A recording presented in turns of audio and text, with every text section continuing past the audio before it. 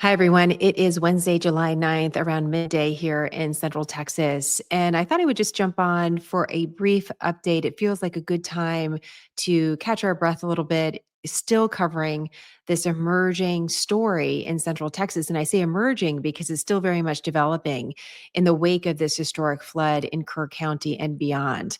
Today, what I'd like to do is take some of the key sound bites that we've heard over the last 24 hours and just highlight them for you. In typical traditional media where I used to work for a long time, you could run a soundbite that was as short as just a few seconds to maybe 30, 45 seconds. And then anything longer than that was, sort of considered too long, too much for regular television, too much to be a waste of time for your audience. And I'm so glad we don't have the same restrictions in how we're delivering news today, because I have a few sound bites here that we're going to need to play and sit with for a little bit. And this is something that is unique to the format that we're able to broadcast on. And I'm so grateful for it in a situation like the one we're in, where the 24-hour news cycle or these quick, sort of sound bites that you're seeing just at times can feel very disrespectful to the story that we're covering.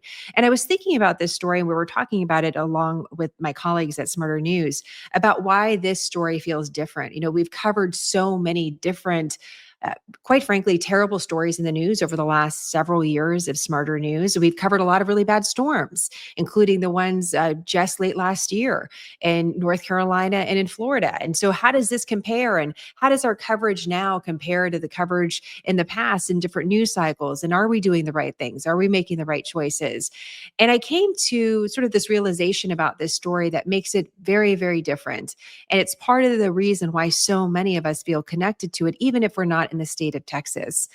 One of the reasons why this story has been elevated to such a national and international story is because of the loss of life, the significant loss of life, and specifically the significant loss of life when it comes to children. At our numbers that we have right now, and we know that the numbers will continue to grow. We're already at 36 children who have lost their lives. And this is a very dark statistic to mention to you. But I do think this context is helpful in understanding why this story feels so different. And there's a lot of reasons for it, but the loss of life for children is one. When we're looking at some of the worst stories that we've covered where children have been killed or injured, a lot of times we're focused on school shootings.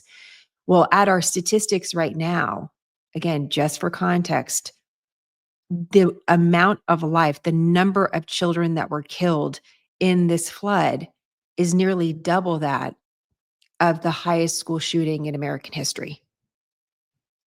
A very tough statistic to sit with, but important to try to quantify what feels so difficult to articulate, the loss of life and what that means and the grief that the community feels, not just here in Texas, but the grief that I know so many of you also feel. And sometimes you don't get that same feeling despite how terrible some of these other stories are, but this story does feel different. And this is one of the reasons why. The other reason why this story is also being elevated has a lot to do with the area. And I'm going to talk to you a little bit about that as well. The area is acute, meaning it's finite.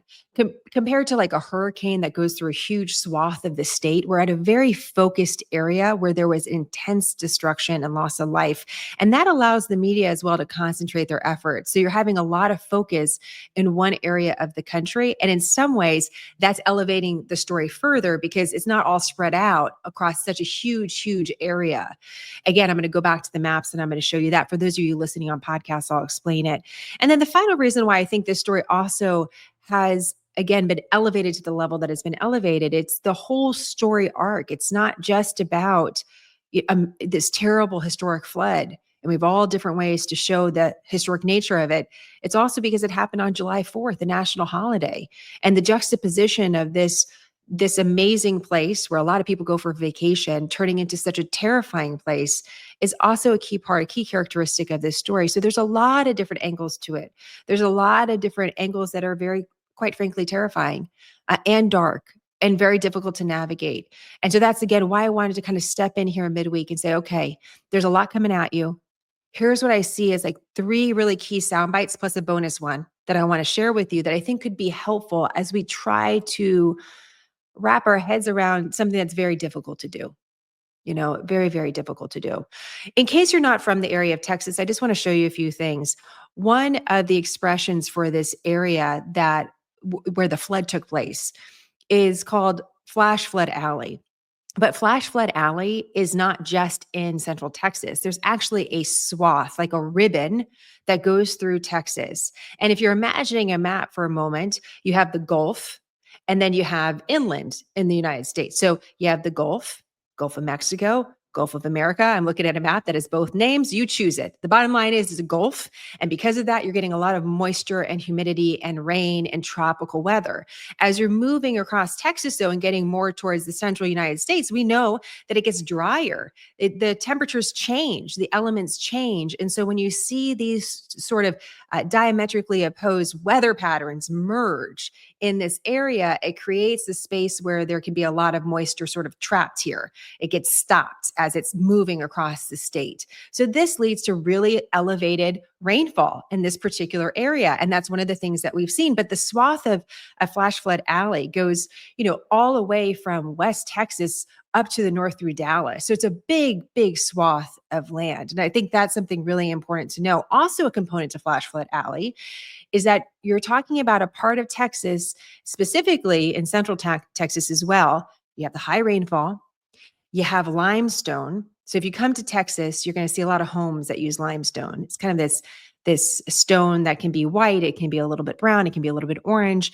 It's used in architecture because it's all over the place. But when it comes to the creeks and the rivers, it's part of the reason why they're so blue and so beautiful and so clear. But this is very rocky. It's a very rocky part of the state. So there's not a lot of soil to absorb the heavy rainfall, which again is very characteristic of this particular swath of land. So then you have that dynamic. And finally, in Flash Flood Alley, the other thing you have in certain areas is, when we call it the hill country in Texas, is because there's hills. Along the way of the rivers, though, there can be really steep inclines suddenly. So it can create almost an alley effect along the rivers, depending on where you are. Not everywhere, but these are some of the elements that are included here. I want to show you also a map that zoomed in of the Kerrville area. You're hearing this. Again, if you're from outside the state, Kerrville, Hunt, Ingram, what are all these places? Let's just describe it and set it on a map. So if I'm looking at a map of Texas and I'm zoomed in on the area most affected by this flood, you have Kerrville, which is probably the largest sort of, I would say a city, but a town, but it's it's a big area. It's not like super rural. I mean, there's a huge Walmart, there's huge grocery stores, there's restaurants, there's a lot of resources there. It also is a tourist destination as well, but it's a fairly populated area. And then if I move from my right to my left, I'm going to hit Ingram and Hunt. These are smaller communities. If I move even further to my left, I'm going to get to where the camps are, like Camp Mystic. Even further is the origin of the Guadalupe River. So let's take it from a different perspective. If I'm looking at the state of Texas, I'm going to read left to right. If I'm looking at this area, on the left, I'm going to get the origin of the Guadalupe River. Then I'm going to hit all these camps, and there's a river fork. So you have two kind of streams that are feeding into the Guadalupe. So we have the source of the Guadalupe River, we have the camps, then we have Hunt, then we have Ingram, then we have Kerrville. The reason why this is really important is I keep on talking about a flood gauge. I've showed you that earlier in the week. I've also covered it on social media. The river gauge is measuring the height of the river. Where the river gauge is in the Guadalupe is very close to Kerrville, so not in the area where we're really seeing the most devastating flooding. And that's something to keep in mind. Again, going back to the flood gauge, I showed you this graphic before, and we toggled along to see just how quickly the water rose. And what you're seeing on your screen, for those of you who are listening, is you're seeing a 6 foot tall man in relation to the flood gauge. And it's an image that I've said this before, it can take your breath away, but this in particular does, because you can just see, you could see 5 times that man gets to the height that it's believed that the river reached, which is right around 35 feet, a historic height in a very, very short period of time. Again, this is all giving us perspective on something that's hard to gain perspective, because we know each loss of life is such a huge loss. And how again, can we wrap our hands around this story? So, one of the ways that the press has attempted to continue to report out this story is focused on the preparation. And as I've talked to you about, the preparation for flood warnings and flood evacuations is a really important question, but consistently officials have been answering the same way, and we're not getting a whole lot of information. I'm going to play a little bit from the local sheriff and what he just said today. I thought it was particularly poignant and sort of summed up everything that we're hearing. But before I get to that, I want to play the first soundbite that I think is important for you to hear. And this is from Governor Abbott, who was out in Hunt, again, one of the areas that was most hit by this flood. And he was speaking on Tuesday. So let's go ahead and take a listen to him. The state was aware that there was a possible serious flooding event days in advance, and we pre-positioned assets and resources and personnel. And remember, the flood began on Friday morning. We originally positioned those assets, resources, and personnel on Wednesday. Then when greater clarity was discerned on Thursday, we moved them closer, added, and made sure that we had adequate supply going into Friday. So we were ready with the resources on the ground to be able to quickly respond. Some people say, well, we responded so fast. One reason we did respond fast is because we had assets here already. That said, we didn't know the magnitude of the storm. We knew that there was a flash flood warning. And if you heard a flash flood warning, no one would know that that would be a 30-foot high tsunami wall of water, I don't think. But all I can tell you is the information we had, the state had, and that we acted on, was information that catalyzed us to begin putting assets and resources in place 2 days before the event happened. The reason why I think it's really important for you to hear this is it is consistent with what I also heard on the ground from those first involved in the search, rescue, and recovery efforts. They said that they were given a heads up about 24 hours ahead of mobilizing to this area that there was a flood watch, that there's concern about rising water. Again, in Flash Flood Alley, this is not necessarily unusual. And just because you're given a heads up that you may mobilize, you have a 50-50 chance. You could be barbecuing with your family on July 4th or responding to a flood. There's no way of telling what actually could happen. And so what Governor Abbott said there, again, is consistent with what I've learned in my reporting as well. Yes, the state had some assets. They were already mobilizing it, but whether or not they were going to use those assets was to be determined. And unfortunately, we had this sort of event where these assets were used, and thankfully they were spun up already. There was some preparation that was leading them to be at least ready to respond to this particular area of the state. Now, local officials continue to be asked about this as well, about their preparation and response and evacuation. And you're going to hear a little bit from a member of the police department in a moment. I do want to play some sound from the sheriff here. It's the Kerrville sheriff, Larry Letha, and he's been speaking consistently every single press conference. He's been handling this question a lot, but the way he answered it today, I thought was notable. And I want you to take a listen to, again, this question about preparation, early warnings, and what the community could have done better. It's going to be an after action. Please, y'all, listen to those words. After action. Okay. Those questions are going to be answered. I believe those questions need to be answered to the family of the missed loved ones, to the public, to the people that put me in this office. Those need to be, and I want that answer, and we're going to get that answer. And I know that's going to be asked over and over. Please understand that. We're not running. We're not going to hide from everything. That's going to be checked into at a later time. I wish I could tell you that time. I don't know that time. Let me share something with y'all. One of the main things I've been doing is going and visiting the family. We still have some of those missed loved ones here. I go visit them twice a day. As a sheriff, what I want is I want closure for those people. Okay, and those are important questions. We will answer those questions. I wish y'all would bear with me in that. Okay, bear with me. We'll get them. I can't tell you in a week or two. Okay, we're going to get them. I'm not trying to deflect them. Okay, my primary. I asked you. I've been in this business 36 years. I don't know if any of y'all, or how many of y'all have gave notifications, death notifications. I've done them. What is worse, a death notification or telling somebody I don't know where your loved one was? That's my priority. Okay, now please understand that. So the sheriff sharing something more personal there, talking about his past and how long he's worked in law enforcement. And because this is a consistent answer, I want you to hear it again. This is the way that local officials are answering this question. They are consistently saying that they will look back on what could have been done better, but that they're handling a lot of emergencies right now in front of them, and they're trying their best to stay focused on that. The press continues to really go back to this question. And I mentioned to some of you, we may have seen on social media, I was talking a little bit about it yesterday. There's a point as a journalist that you have to then pivot. Once you're getting the same answer for a few days, then you have to think about, well, how do we further report out this story and not ask the same question over and over again, because we're not getting anything new. And it's not that we shouldn't ask that question. It's an important question.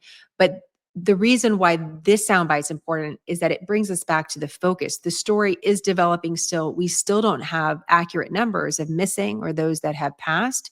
And again, when I started off this podcast and I was telling you about some context for some of the numbers of loss of life, I'm not doing that to diminish some of the other terrible, truly terrible stories that we've covered in the past. But I had a friend just this morning say to me, I don't understand. Every time my mind wanders, it goes back to this story. And there's a lot of reason for that because of the many angles of this, and the loss of life truly is one of them. So again, we don't want to diminish anything that we've seen in the past, but this story is unique for many different reasons. If we're looking forward though, and we're wondering about solutions, because we are in hurricane season and we do expect more storms, if not flash flood alley and other parts of the country. What about forecasting? What about emergency alerts? How can we learn from this? Well, just by chance, by coincidence right now, we have the nominee for NOAA, the National Oceanic Atmospheric Association. That is the big umbrella organization where the National Weather Service is under. And the man that's the nominee to lead NOAA is Neil Jacobs, and he's testifying in front of the Senate today.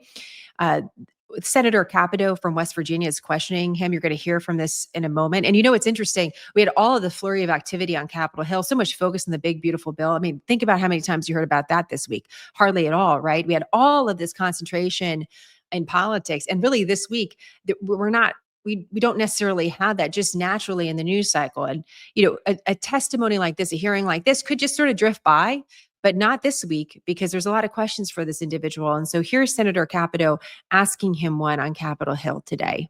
To the storms in Texas and the weather predicting, and obviously I live in an area that is prone to rapid flooding like that. But the tragedy that we see in Texas, like nothing that it's unimaginable for many of us.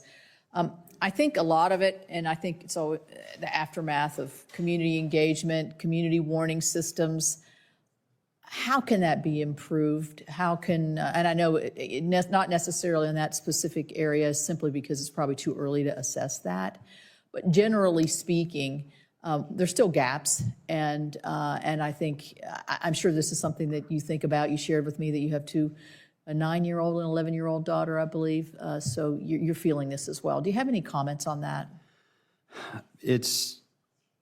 So coming from a background of numerical weather prediction, I always thought naively that if I could improve the forecast skill, I would save more lives.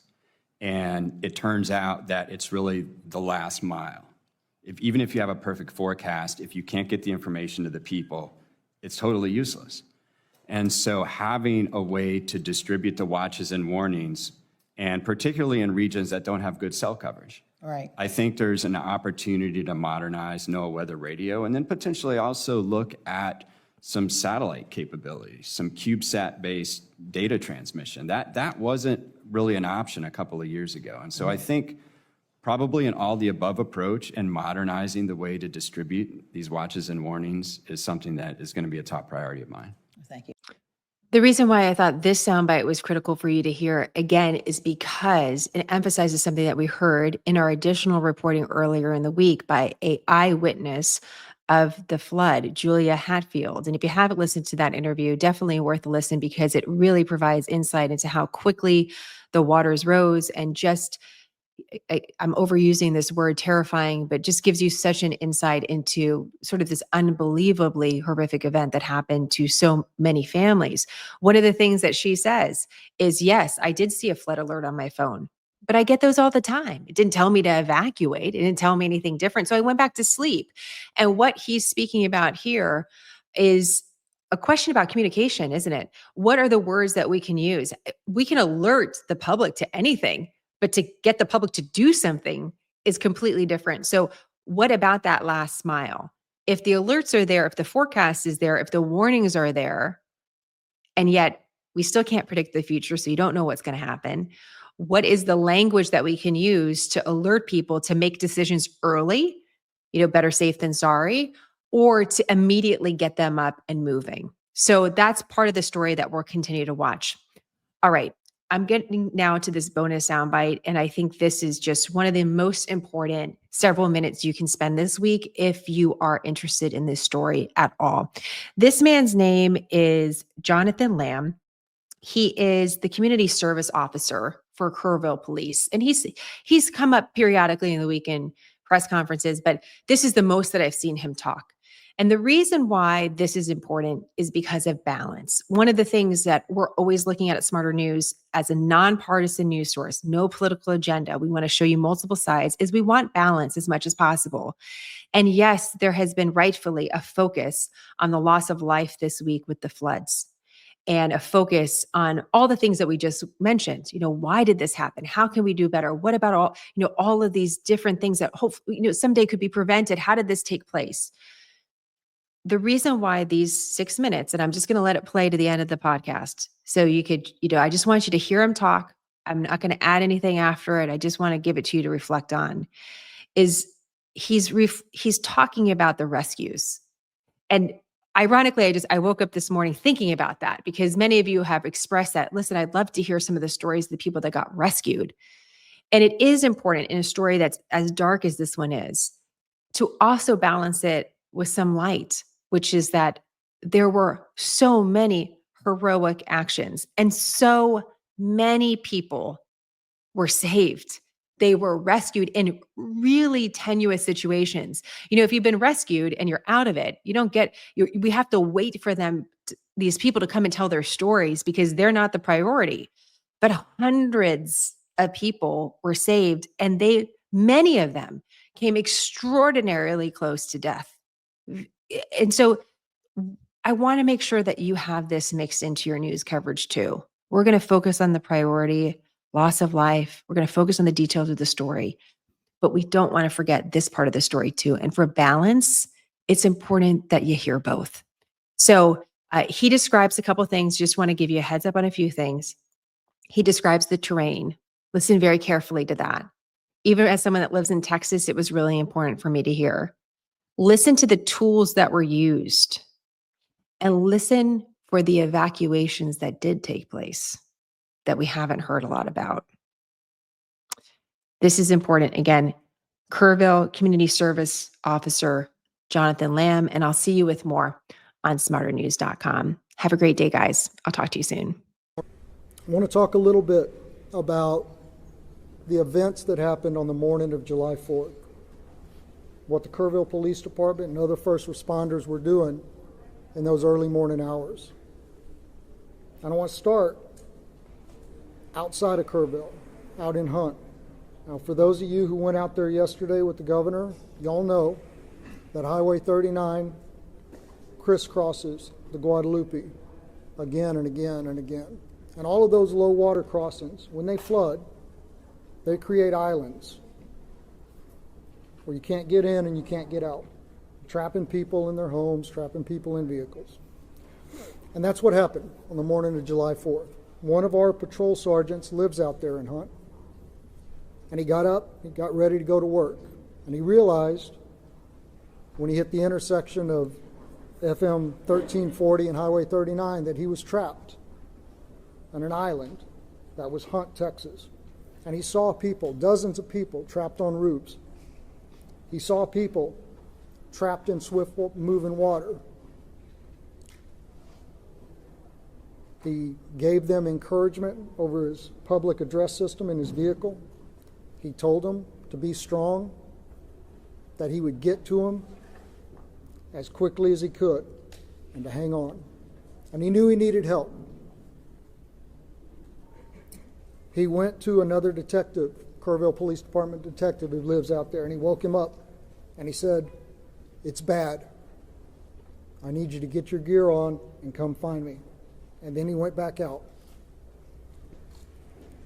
And for 13 hours, those two officers, along with some Hunt volunteer fire department firefighters and an emergency room doctor, provided care to that Hunt community. When it was safe to do so, they waded into the water and they rescued people. They got people down off of roofs. They collected them there at the Hunt school. There was a young boy with a pretty severe leg injury that was given first aid treatment throughout the day. Other people came. Many of them were injured. They provided first aid. They coordinated helicopter evacuations for the most critically injured, communicated the situation back to our emergency dispatch center at the Kerrville Police Department.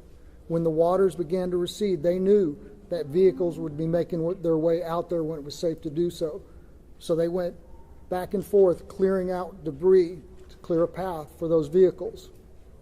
They saw helicopters flying back and forth, making recoveries upriver, evacuating those summer camps. And they were by themselves on that island that was Hunt, Texas, doing what they do, serving, protecting, and helping, until about 5 o'clock in the afternoon, when other emergency workers in high-profile vehicles were able to get out there. And here in town, the early morning hours is still dark. Our officers realized that areas of town that traditionally don't flood were going to flood, and that low-lying areas close to the river were in danger.